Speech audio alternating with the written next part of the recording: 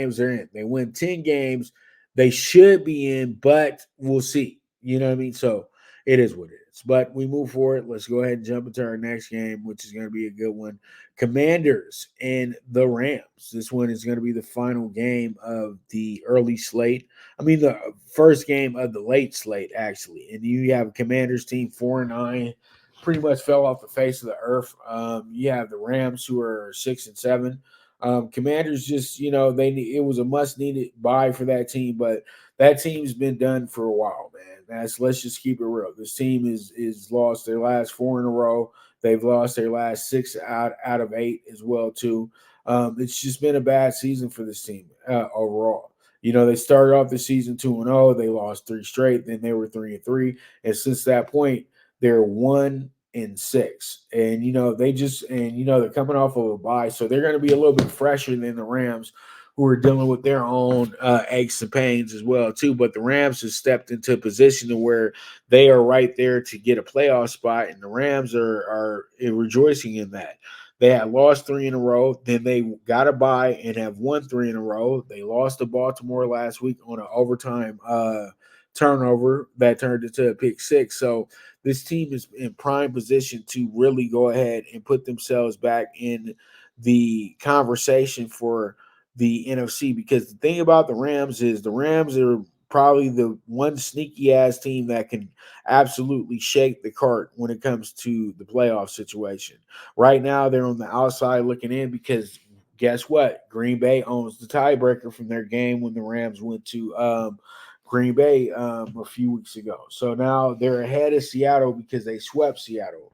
So this team is looking to try to get themselves back in the hunt, because really falls on what Minnesota's doing right now. And if they can get Minnesota to kind of cooperate with the loss, then they can put themselves back into the picture.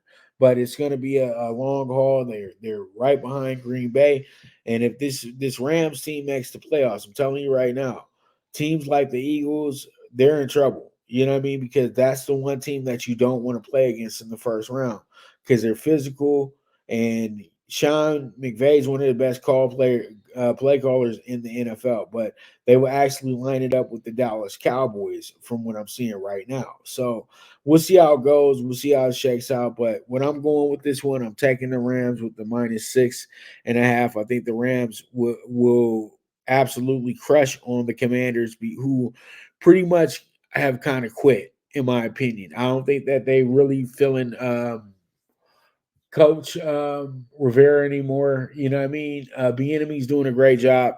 Great job. Sam Howell, if they weren't 4-9, would be considered an MVP candidate, offensive player of the year candidate, because the guy's absolutely in fuego when it comes to being a great passer and getting all these yards and everything like that. So whoever has him in fantasy, I know despite the interceptions, he's been good to you. So you have yourself me and Jeff both going with the Rams on this spot. I'm gonna see how it goes. I'm gonna see how it shakes out, but that's where we're going with this one, and that's gonna be the kickoff to our late games right there.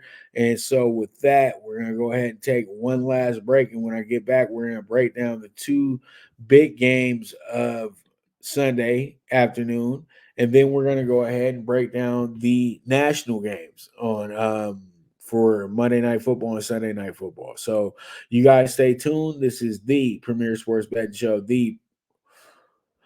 It's the